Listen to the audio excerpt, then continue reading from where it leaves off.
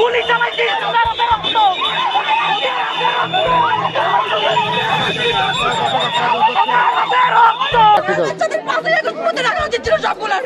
আসসালামু আলাইকুম সুপ্রিয় দর্শক, স্বাগত জানাচ্ছি আপডেট নিউজ লালমনিরহাট অনলাইন সংবাদে। প্রিয় দর্শক, সংগৃহীত এখনকার সর্বশেষ প্রধান আপডেট সংবাদটি আপনাদেরকে জানাতে আপডেট নিউজ লালমনিরহাট অনলাইনে আরো একবার সরাসরি সংযুক্ত হলাম। আমি আনিসুল ইসলাম রাজীব আপনাদের সাথে। প্রিয় দর্শক, চলুন দেখে আসা যাক আপডেট নিউজ লালমনিরহাট অনলাইন অনুসন্ধানী নিউজ টিমের আজকের এখনকার সংগৃহীত সর্বশেষ প্রধান আপডেট সংবাদটি।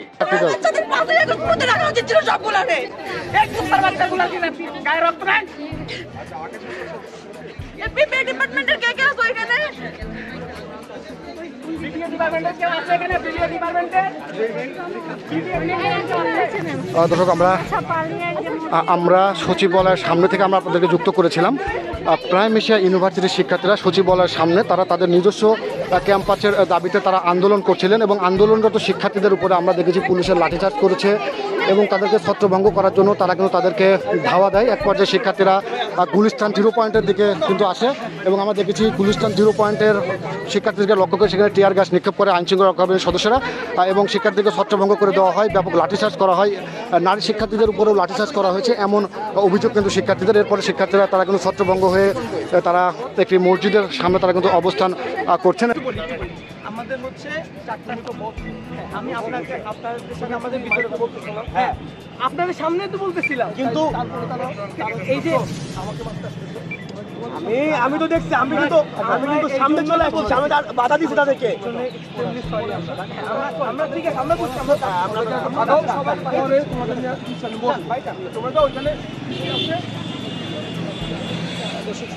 আমরা এখন আবার বেশ খাওয়ার ব্যবস্থা করছি। ওনারা গ্রেনেড মারছে, আপনারা তো দেখছেন। আচ্ছা, আপনাদের উপরে তারা কেন চড়াও হলো একটু বলবেন? মেইন রিজনটা তারা বলতেছে আমরা সচিবালয়ের সামনে কেন আসছি এই কারণে না, কিন্তু এখানে এসেও আমরা কোনো ধরনের অশান্তি কিছু করি নাই।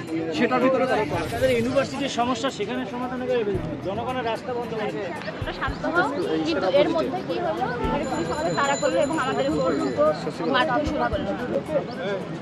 পরে আমরা তো দৌড়ে একজন ওইদিকে চলে গেলাম।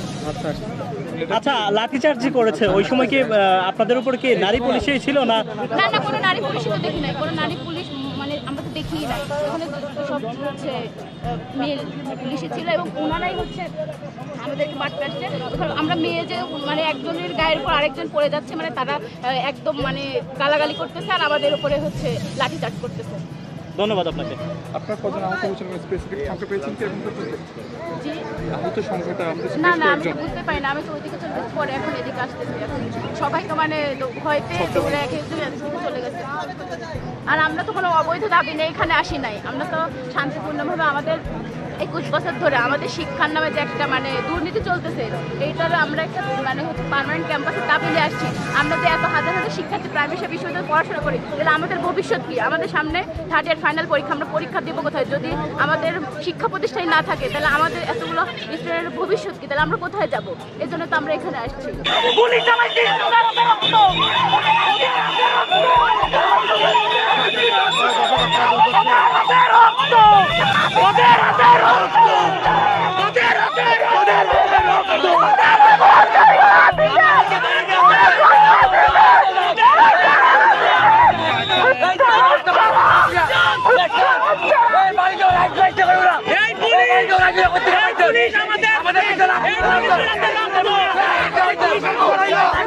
দর্শক, আপনারা দেখছেন সচিবালয়ের সামনে থেকে প্রাইম এশিয়ার ইউনিভার্সিটির শিক্ষার্থী যারা রয়েছেন তাদেরকে কিন্তু আইন শৃঙ্খলা রক্ষাকারী বাহিনীর সদস্য তাদের কিন্তু ধাওয়া দিয়েছে এবং লাঠিচার্জ করে সচিবালয়ের সামনে থেকে তাদেরকে কিন্তু সরিয়ে দেওয়া হয়েছে। প্রাইম এশিয়া ইউনিভার্সিটির শিক্ষার্থী যারা রয়েছেন তাদেরকে কিন্তু সরিয়ে দেওয়া হয়েছে।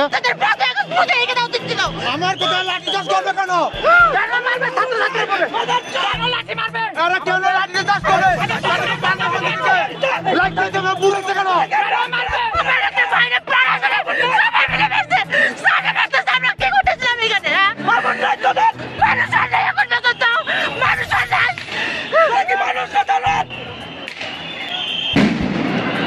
দর্শক, এখানে কিন্তু টিয়ার গ্যাস নিক্ষেপ করছে। প্রাইম এশিয়া ইউনিভার্সিটির শিক্ষার্থীদেরকে লক্ষ্য করে কিন্তু টিয়ার গ্যাস নিক্ষেপ করছে আইন শৃঙ্খলা রক্ষাকারী বাহিনীর সদস্যরা।